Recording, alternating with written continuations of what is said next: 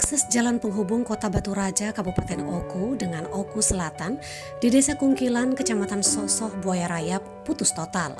Penyebabnya diduga geografis jalan mengalami pergeseran tanah yang semakin meluas hingga memutus badan jalan.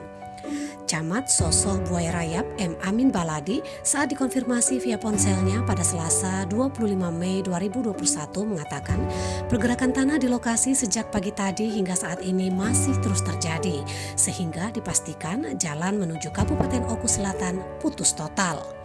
Dia menjelaskan jalan amblas di Desa Kungkilan ini disebabkan hujan deras hingga menimbulkan pergerakan tanah yang terjadi dan terus meluas sejak pagi tadi. Akibat jalan putus ini, akses perlintasan kendaraan roda 2 dan 4 dari kota Batu Raja menuju Kabupaten Oku Selatan atau sebaliknya lumpuh total.